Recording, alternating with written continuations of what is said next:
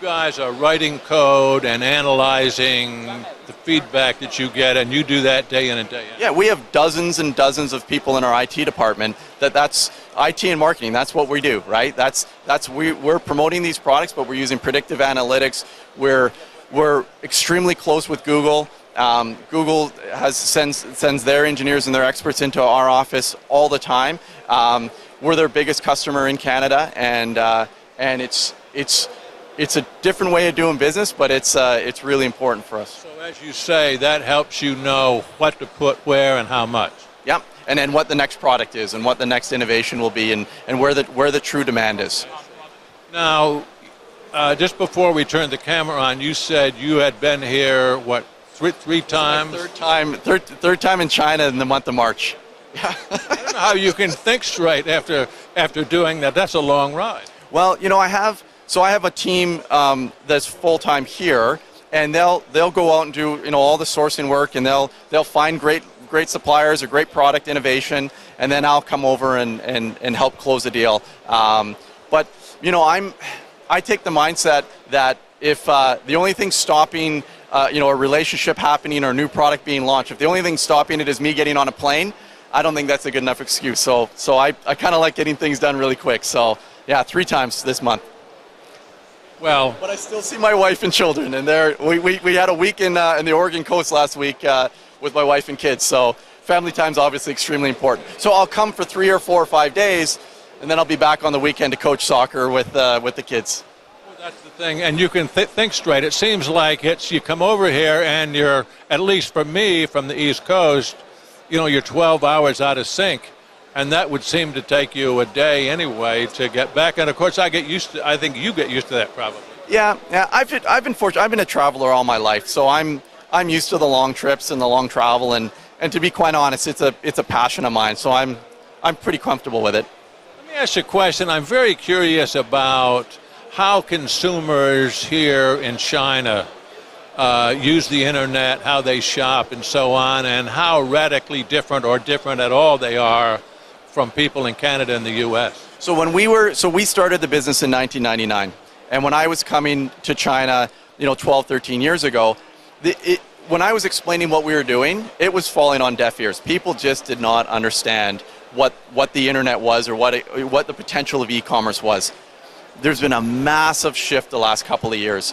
Last year in November, so what's that? 6 months ago, Taobao. It's insane the amount of transactions are happening online now. So Alibaba, people will start to hear about Alibaba. They're going to go public and they're going to be listed in the U.S. So that was fair to say that's the Google of China. Yeah. It's the eBay of China. Is right, and it's a platform business, right? So simply put, Alibaba is more business to business. Taobao is business to consumer.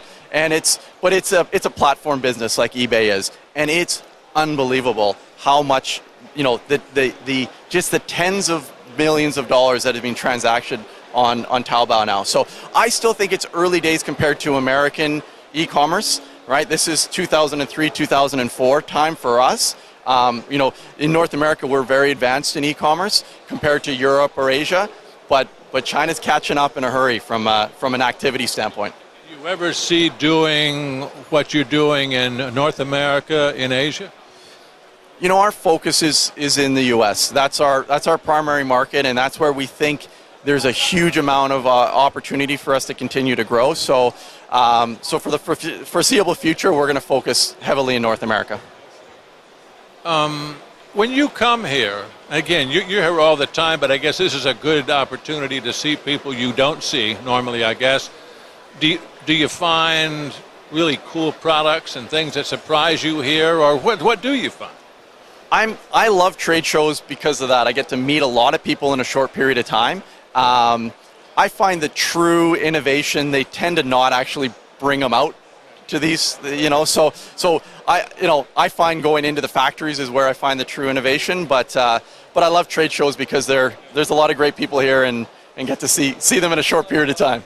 I should say we're in the Lamette stand, and I was talking to them right before we talked, and they said, yeah, if you want to see the really new stuff, you got to come out to the plant. Yeah, companies, factories like this, Lamet has, their innovation's outstanding, and they do some really neat things. But the reality is, there's very little of it shown here. It's actually in the factory. Sourcing products, say from Asia, or sourcing them at all, is that getting easier or tougher? The world is always becoming a smaller and smaller place. I think it's getting tougher when you factor in Lacey Act and CARB, and there's anti-dumping potential issues. So we're in China right now, and China is an important sourcing place for us. But I have full-time staff in Europe. I have full-time staff in South America and full-time staff in North America. That we love launching products from all over the world. So for me, I feel it's actually getting a little bit harder because we're going into new regions that we weren't in before. But undeniably, the days, over a decade ago when you came to China, there just wasn't as many English speakers. There wasn't websites that you can easily connect with people. So Alibaba's gone a long way to kind of helping people source in China a little bit more, I think. Now, the first time I came here, it was obvious that most of the exhibitors here were interested in North Americans and Europeans sourcing product. And then maybe 2, 3, 4 years ago, it looked like all of a sudden the Chinese characters were bigger than U.S. characters. So that means obviously they're focusing more on the domestic market here in China. Has that made it more difficult for you to source product?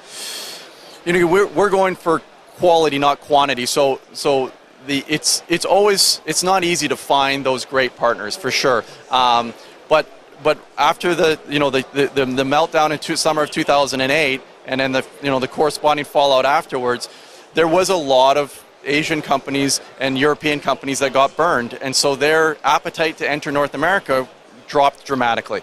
So that made it harder, right, to try and get their attention and have them do business with us. But at the same time, my team's been growing and our expertise has been growing, and our revenues and our footprint is growing. So it's becoming easier because we're a lot more known today than we were certainly 10 years ago. So that part of it's becoming easier. Well, you're building share. Your share of internet sales seems to probably increase every year. Yeah, we're growing more than 100% a year. So the market's not growing 100%. So we're certainly grabbing share. Our ambition is to be the Amazon of building materials, and that's a really lofty ambition. And so although we're growing more than 100% a year and we're really happy with our growth, there's a long, long way for us to go.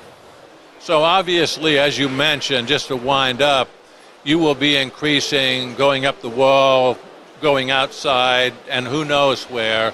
But in terms of strictly floor coverings, talk about what kind of growth you see 2, 3, 4, 5, 10 years down the road. That's our floor coverings is our bread and butter, right? We absolutely love it, and that's where the vast majority of our expertise lies within house. We've more than doubled our staff in the last year. We're going to double it again this year. So we're constantly acquiring great talent to go into new categories, but we're making a huge bet on flooring. We love flooring. We think the future's really positive, and I want to have more than 100% growth in flooring every year till the end of time. Robert, what should I have asked you that I haven't asked you? What's a pivotal thing with the company that I didn't think about enough to ask you? I think it's maybe just a general observation of where does the internet sit in relationship to all the other existing business. My take is, we're not trying to change the industry from how people are buying through distribution or through specialty retail or big box.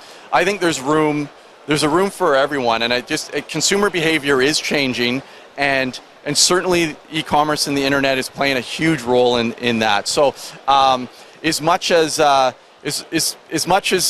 again, we're growing, and there's a lot of exciting, and there's we're almost kind of the flavor of the day that everything's kind of going e-commerce.